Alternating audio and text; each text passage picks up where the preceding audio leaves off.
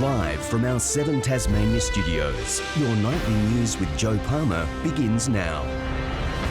Most of Tasmania's notable budget sweeteners had already been revealed. Roads funding in Hobart, medical equipment for the northwest and a feasibility study for a second Basslink. But the budget documents reveal a big impact for our state as the country's GST revenue is downgraded by billions of dollars. With the release of the federal budget, Tasmania's Treasury has been crunching the numbers on what it means here. A big item, the country's GST revenue, that gets carved up among the states. The budget papers revealing a $10 billion shortfall over the next 4 years compared to what had been forecast. A major blow for the state budget. There will be an impact this year of around $40 million in the current financial year, and in the new financial year around $80 million. However, the budget is in good shape. We have a strong financial position and we'll be able to manage this. The federal budget spells out Canberra's funding commitments, including infrastructure projects. $68 million for freight rail revitalisation, $56 million to study the feasibility of another Basslink cable. The federal budget last night was a good budget for Tasmania. More infrastructure spending. Importantly, all of the commitments that the government had made have been met.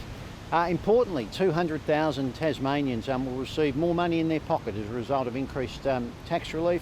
There's $25 million, but little detail for a Hobart congestion package. The RACT says the $500 million Bridgewater Bridge replacement is only getting $5 million this time around. And as we know, that would not be a significant amount of money to actually do or commence any work on the bridge. It's not clear where the rest of that funding is coming from, what time frame around that. For the Northwest Cancer Centre, there's $4 million for a new linear accelerator. Tasmania will get a new centre to help treat eating disorders. And doctors are welcoming an end to the freeze on Medicare rebates.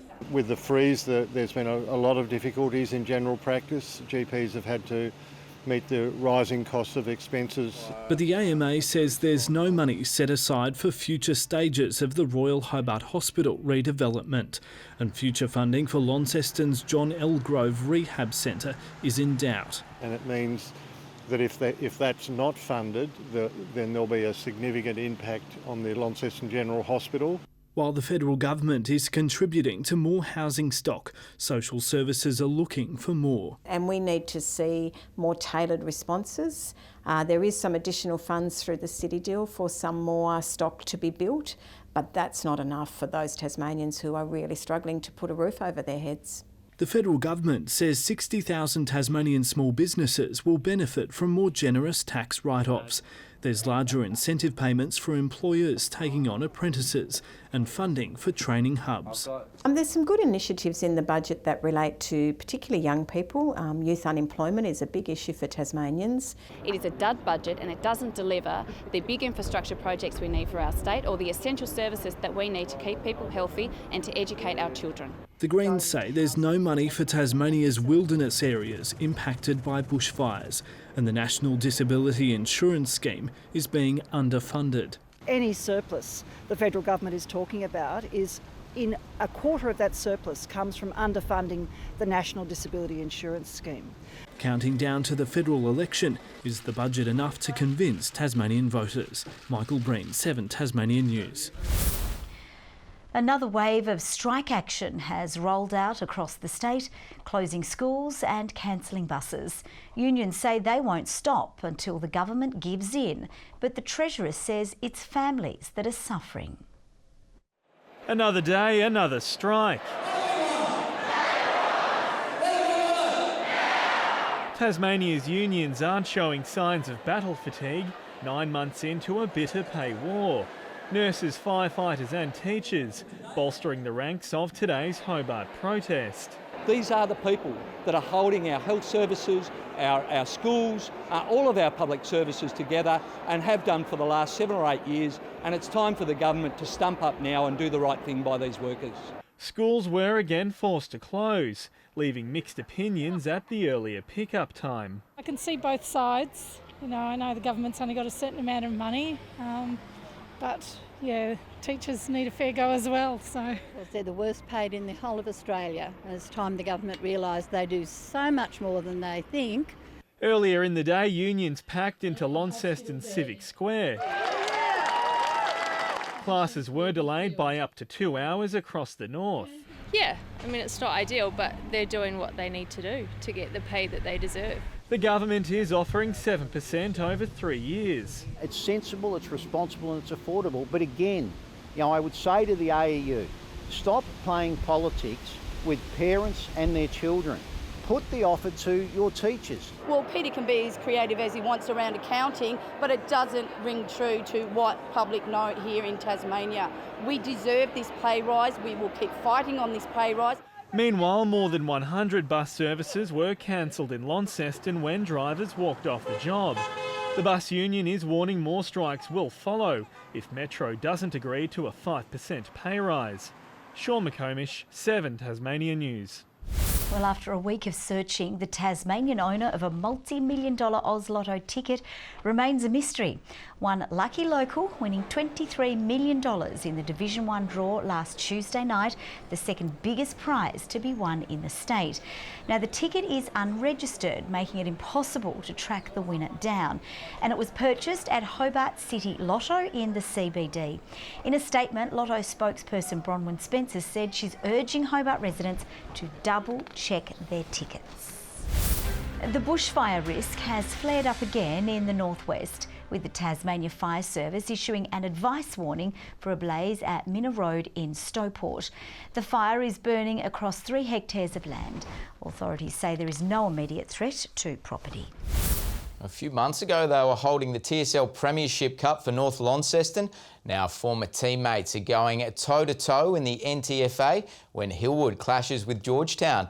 And the new recruits admit they don't know what they're in for. They were once friends, now they're foes, and about to fight for football supremacy in the East Tamar Derby. There'll probably be a few bumps early. Both Hillwood and Georgetown are stacked with North Launceston talent. At Hillwood, Jake Pearce is joined by Mark Walsh and the Northern Bombers' leading goal kicker Tom Bennett, while Georgetown has Corey Nankervis and Zach Burt, who ran out in Georgetown colours for the first time since his junior days last weekend. I had goosebumps actually. It was a little bit different than like running out in Aurora Stadium. I'm back at home, got the horns going in the background and the cars around the side, and it was good. I enjoyed it.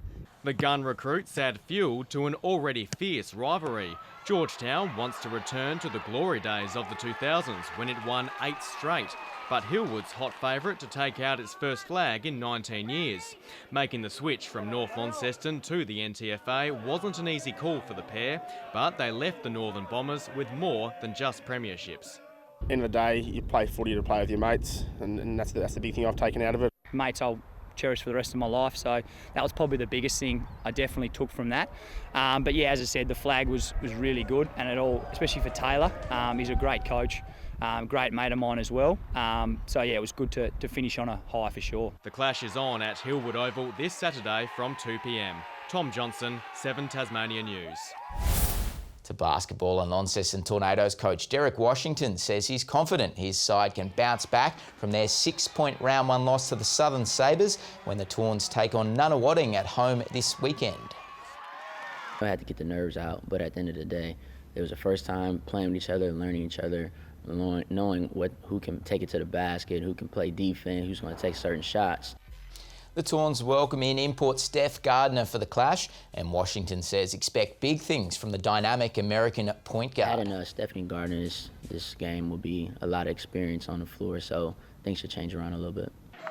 After beginning their season in emphatic fashion with a 33-point win over the Southern Sabres last weekend, the Northwest Thunder also face off with Nunawading at 6 p.m. on Saturday night at Elfin Stadium, with the match to be directly followed by the Tawns clash at 8 o'clock. Well, she's the first full-time female driver to compete in the V8 Supercar Series, having risen rapidly through the world motorsport ranks. And now Simona Di Silvestro is shifting her focus to Simmons Plains and has a top 10 finish in her sights. She's travelled and competed all over the world, but the driver known as the Swiss Miss has a soft spot for the state. I wish I would have time to actually travel around Tasmania a little bit. but it's not in the cards right now, but hopefully I get to do it a little bit later during the year. From humble beginnings in the Formula BMW Series, Di Silvestro went on to race Indy cars for several years, named Rookie of the Year in the Indianapolis 500 in 2010, and helping to pave the way for more females wanting to enter the sport. Hopefully it's going to, inspire a lot of young girls maybe getting into motorsport, not just driving, but also, engineering, mechanic, and just to not be afraid to kind of go for it. In 2017, she signed with Nissan Motorsport to become the first full-time female driver in the V8 supercars era. And last year, she recorded her first top 10 finish in Newcastle and is looking to shake things up in 2019.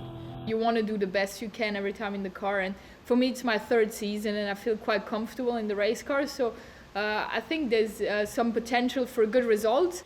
Currently sitting 17th in the overall ranking, she plans on leaving it all out on the track at the weekend's Tasmania Super Sprint, with today's annual Transporter Parade only adding to the hype of what promises to be another massive edition of the iconic race. The track is definitely quite different than anything I've seen. It's definitely one of the smallest tracks I've seen, but quite tricky actually with turn one, so it's quite exciting. Good evening. A cold front crossed today, bringing some brief rain to some parts. All low totals though. Hobart 19 degrees, Launceston 22, Burnie 17 and Devonport 18 degrees.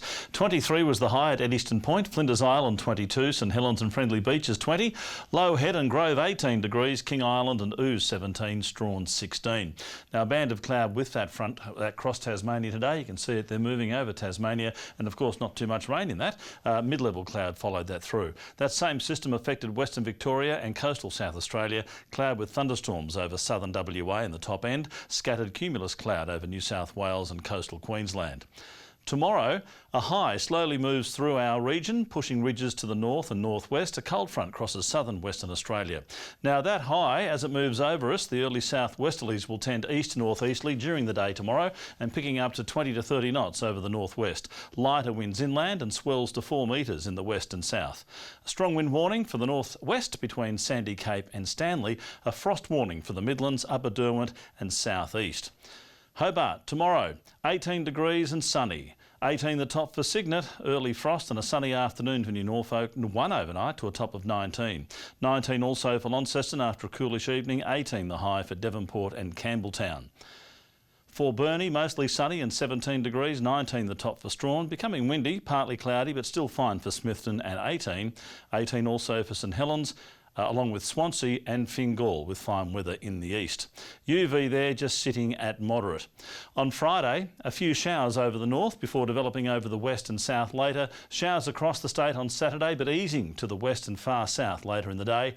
And on Sunday, maybe a slippery Symmons Plains as showers increase over the north in the afternoon. Fine for the south and east. A shower or two in Perth, a sunny 31 in Adelaide, cloudy and cooler in Melbourne, a shower for Sydney and Brisbane. Sunny and 14 in Hobart, Launceston sunny and 16, Devonport 16 degrees. Strange time of year, Joe. The temperature's dropping, the day's drawing in and your mood's changing. My mood never changes. Thank you very much, Murph. That's all from the team. Have a lovely evening. See you a bit later.